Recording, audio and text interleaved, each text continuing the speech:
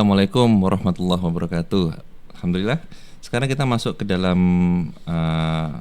apa namanya masih dalam proposal work execution policy, di mana sekarang kita akan masuk ke sesi yang kedua, yaitu tentang proposal organization. Sebenarnya tidak terlalu banyak ya proposal organization ini, tapi pada prinsipnya adalah yang namanya proposal organization ini, kalau kita mau tahu bahwa dia ini sebenarnya sangat penting ya, karena beda proposal itu nanti akan beda orang yang akan desain di dalam proposal tersebut. Sebagai contoh, kalau itu proposalnya proposal keterkaitannya dengan studi, maka yang paling dominan adalah teman-teman dari proses ya. Kalau bisa yang senior-senior itu yang dari proses. Nanti yang disiplin-disiplin lain, disiplin engineering lain selain proses engineering, itu bisa yang low medium lah. Tetapi ketika itu nanti masuk ke dalam tahapan proposal fit, maka sebenarnya dari teman-teman di proses tidak perlu terlalu tinggi, tetapi mungkin bisa dari sisi medium. Sedangkan yang lain bisa tetap medium low secara grade.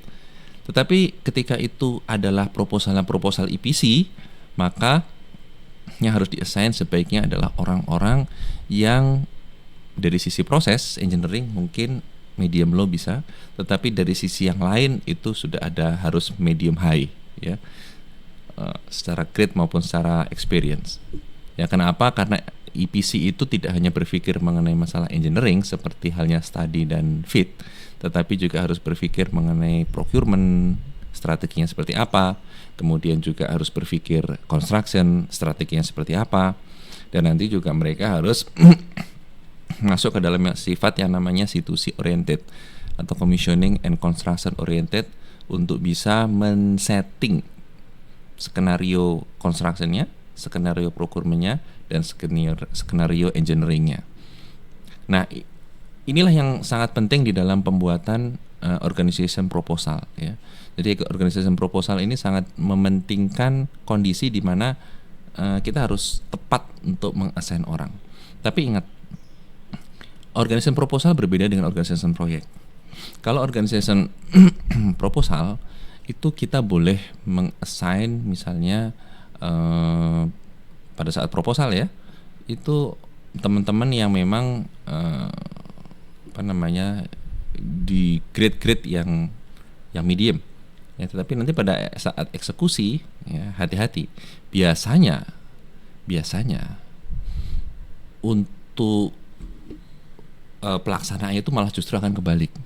Kalau di dalam proposal fit itu biasanya yang di-assign medium low, tapi aktualnya pada saat pelaksanaannya justru medium high. Karena apa? Karena pekerjaan fit adalah pekerjaan yang dilakukan di head office, dan rata-rata orang yang memiliki grade medium high itu adanya di head office. Kebalikannya dengan EPC pada saat pelaksanaan proposal itu rata-rata orangnya ada di medium high, tetapi nanti pada saat pelaksanaannya lebih banyak orang yang ada di medium low yang akan dikirim ke site, karena biasanya EPC itu di luar kota. Rata-rata yang dikirim adalah yang medium low. Nah, ini harus hati-hati, karena pada saat proposal kita harus memasukkan manning, kita harus memasukkan biaya dari manpower. Artinya manpower yang nanti akan di-assign pada saat pelaksanaan proyek itu berbeda dengan sekarang orang-orang yang menyusun proposal ya. Sehingga itu harus disesuaikan. Kadang-kadang adat istiadat seperti itu tuh masih sering terjadi. Pada saat pengerjaan fit, maka yang harus di-assign adalah justru orang-orang yang senior, karena orang-orang senior rata-rata ada di Jakarta, dan fit itu dikerjakannya rata-rata ada di Jakarta. Nah, berikut ini adalah salah satu contoh bagaimana kita membuat tabulasi untuk organisasi proposal ya. Kita lihat ya. Oke, ini adalah yang sebagai contoh ya. Di sini ada proposal team ya, proposal team. Di sini ada functionnya ya. Kemudian nanti di sini mungkin ada nama begitu ya, ada nama ya, siapa namanya. Kemudian di sini mungkin ada nomor teleponnya. Kemudian di sini ada email. Nah, di sini biasanya di awal itu proposal project management, ya, terdiri dari apa nih? Biasanya di sini proposal manajernya, ya. Biasanya di sini proposal manager. Kemudian di bawah ini biasanya project engineer, ya. Ini akan membantu proposal manager. Kemudian di sini ada cost engineer juga. Cost engineer nanti dia akan yang mengcompile harga-harga dari procurement dan construction, termasuk membuat indirect cost, kemudian nanti juga ada hubungan di situ overhead, kemudian nanti di situ ada hubungannya dengan profit, di situ ada hubungannya dengan tax, ya, pajak dan lain sebagainya. Kemudian scheduling ini juga teman-teman yang sangat penting untuk membuat schedule, karena di sini nanti schedule project akan banyak dilakukan iterasi dan simulasi oleh teman-teman di schedule, ya. Nanti bekerja sama dengan teman-teman di engineering, procurement dan construction.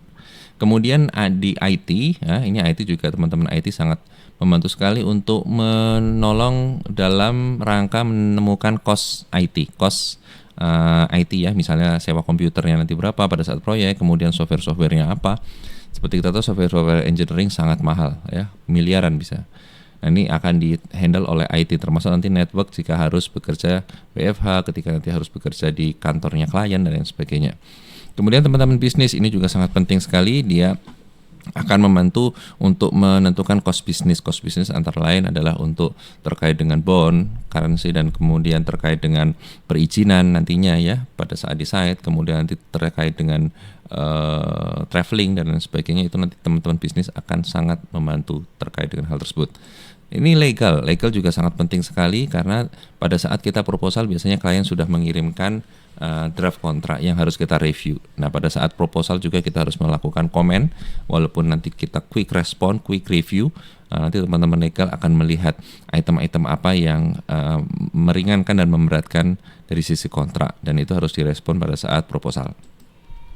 Nah, kemudian teman-teman di sisi itu dokumen control center. Jadi nanti dia akan membantu terkait dengan compiling dokumen apabila kita mau submission untuk proposal, ya.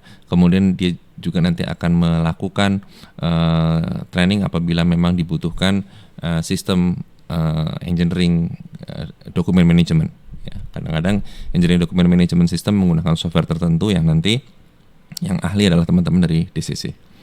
Nah, barulah di sini akan masuk, ya, tim engineering, procurement dan construction. Jadi di atas tadi adalah tim proposal project management, yang di bawah adalah tim engineering, procurement and construction team. Di sini ada proses, instrumen, rotating, ya, mechanical, ya, static, mechanical, electrical dan lain sebagainya. Ya. Kemudian ketika kita sudah bisa membuat ini, kita nanti akan buat nama-namanya siapa, extension number-nya berapa, emailnya apa, supaya untuk memudahkan dalam membuat komunikasi. Syukur kita membuat komunikasi dalam bentuk grup, ya. Sekarang udah bisa grup WA, juga bisa dalam software-software yang tersedia juga sekarang banyak di internet, ya, untuk software-softwarenya. Kemudian nanti ketika kita kembangkan lagi, sebenarnya kita bisa nambah di kolom-kolom ini adalah hal-hal atau item-item yang nantinya menjadi persyaratan untuk disubmit pada saat proposal, ya. Misalnya TQ, ya, teman-teman harus mengirim TQ. Kapan teman-teman ini mengirim TQ, technical query atau pertanyaan kepada klien. Kemudian deliverable list yang akan disampaikan pada saat submission proposal untuk project nanti apa saja, ya.